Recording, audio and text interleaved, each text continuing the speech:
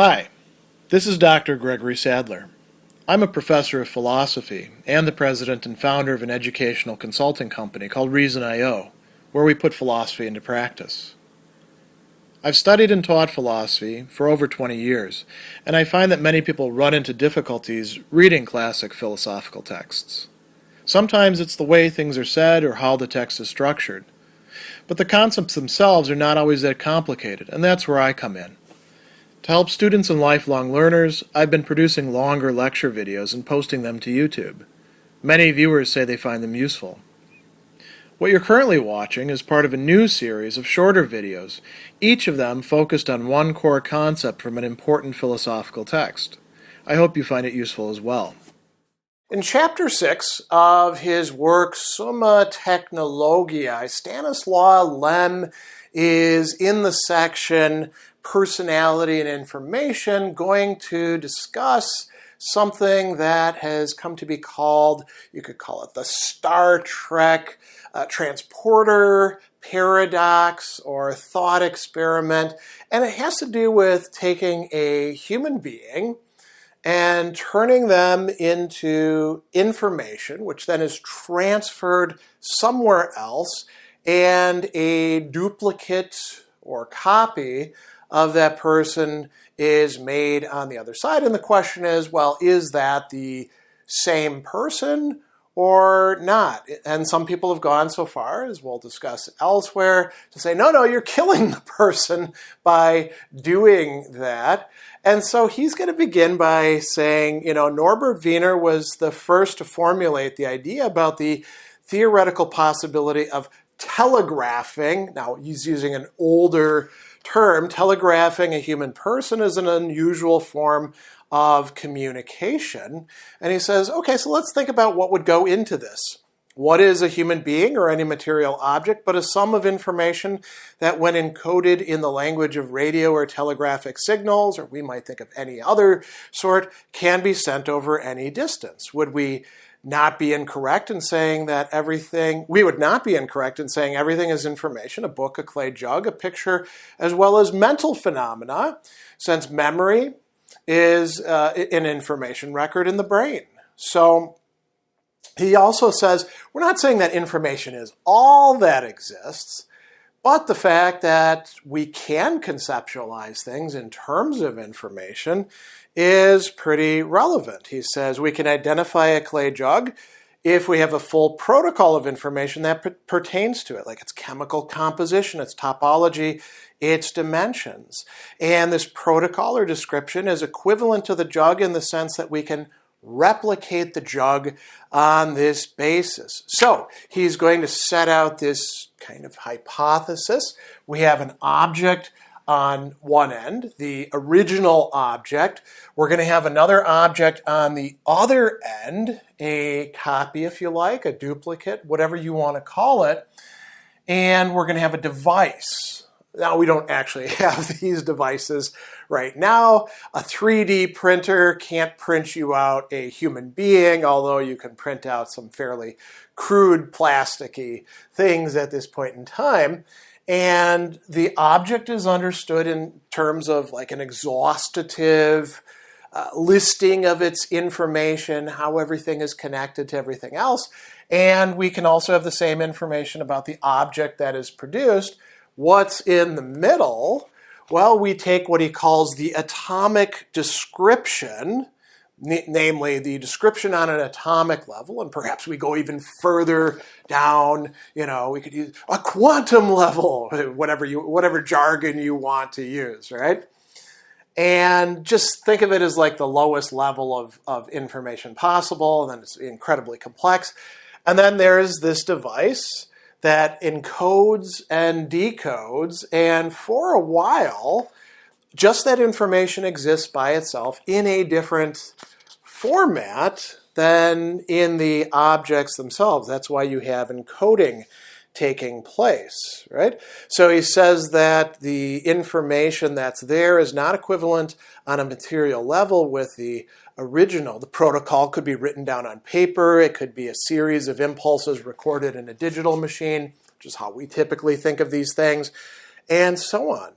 So there's no material similarity between the system of signs and the actual jug and picture, but there's a mutually equivalent correspondence of all the signs in this set with the original subject. That is what allows the detailed reconstruction. Okay, so far so good. So then he says, all right, so we synthesize Napoleon out of atoms, assuming we have his atomic description at our disposal. This means Napoleon would come alive. And if we put together a similar description of any other person, send it by wire to a machine in which the body and brain of this person will be constructed on the basis of the information received, then we see this person emerge alive and healthy from the machine. Very much like what happens in Star Trek with the transporter. And there's other, similar kinds of devices in a number of other sci-fi things. You could think of the teleporter in Blake 7. All of these rely on a similar logic to them. And the idea is, object goes in, same object comes out. So this is going to raise a couple problems, paradoxes, that Lem wants to bring up. And so the first of these, he says, there are some unexpected consequences. What happens if we send the description and we decode it not just once, but twice? Then it seems like two identical people are coming out of the receiving device. And if we don't just wire this information in one direction, but we emit it as a radio wave, we could actually have all sorts of receivers all over the place generating thousands of new people who are supposed to be a continuance of the original, right? So he says, although we've transmitted Mr. Smith's description only once, he's now emerging from the cabins of receiving devices 1,000,000 times over, on Earth and in the sky, in cities on mountaintops, jungles and moon craters. And he says, well, this only seems weird until we ask where exactly Mr. Smith finds himself at this place. Where has this telegraphic journey taken him? And he says the people who are leaving the receiving devices are by definition absolutely identical, and they're all called Mr. Smith. So examining them is not going to clarify anything. You're not going to find like a mole on one or slightly different brain constitution. One of them speaks French and didn't speak French before. None of that's going to happen. So how do we classify this?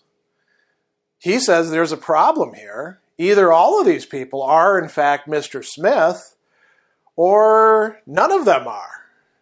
You can't say, well, this one's Mr. Smith. The first one to come out is Mr. Smith, and then the other one is a copy of that, Mr. Smith 2 or something like that. Maybe Mr. Smythe instead of Mr. Smith. No, that's not going to work. So it seems like you have to say that identity could be transmitted into potentially millions of copies of that.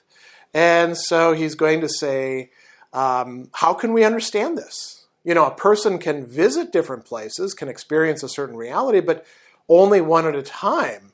So these telegraphed people are in fact normal, ordinary people, so they can't be joined by some kind of psychic or physical or even psychological bond, which would make them simultaneously experience all of these sorts of things.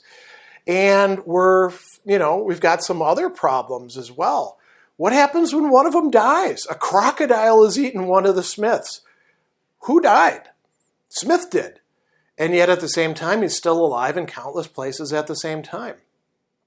What is connecting them is, as he says, a unique similarity, but not a physical or psychological bond. Each one is an autonomous and integral personality, each one living his own singular life. So there's 1,000,000 different psychic subjects who are entirely independent from one another. And he says this paradox seems almost impossible to solve. There's no experiment that would allow us to establish exactly where the continuation of the telegraph Smith is located. so long as we could possibly create as many as we want, it's hard to say that any of them are the Mr. Smith. He says, well, let's think about it a different way. We could have a brain. He says the division of the brain into two autonomous and separately functioning parts has already been carried out.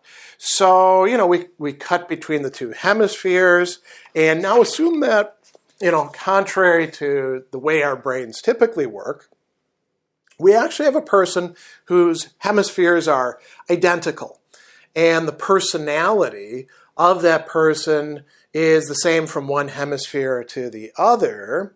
So they're completely equivalent, right? Each contains the same memory record, the same personality outline, and so we cut the brains down the middle.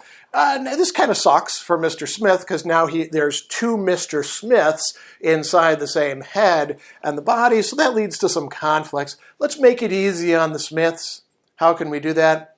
And we transplant one of them into one body. We transplant the other brain half into another body. Which one is Mr. Smith? Now we can't say, well, we had an original and a copy. We've actually got two equally, we could say, justified in claiming that they're the original people. And he says that although we cannot imagine or visualize it, the possibility of copying personality is real. So what would this mean from going back to the telegraphing person? He says, from the point of view of the person who exits the receiving device, it's him and no one else who's the most exact, normal, and healthy continuation of the telegraphed person, and there's no grounds for questioning this statement. Every single new Mr. Smith would feel and think and ascribe to themselves the property of being the real Mr. Smith, the continuer of the original. Every single one of them could do that. So he says this is a paradox, right? And he says we're faced here with a unique case of what he calls existential relativity, similar to the relativity of measurement in Einstein's theory, when the measurement result depends on the accepted frame of reference. So each person is bringing a frame of reference. So he says, from the point of view of the Smiths who exit the receiving devices, each one of them views themselves as a continuation of the telegraphed person.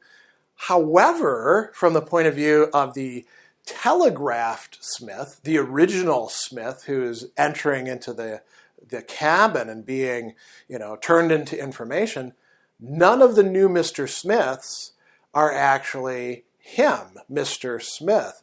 We should also mention something that Lem doesn't say, which is that each new Smith will not only view themselves as the unique continuation, they're also going to view the others as not being them, right? So it gets a little bit more complicated there. And so there's some initial important paradoxes that are raised about identity when you start monkeying around with these sorts of replicator devices with conscious human beings or other beings as well that have some sort of sense of identity.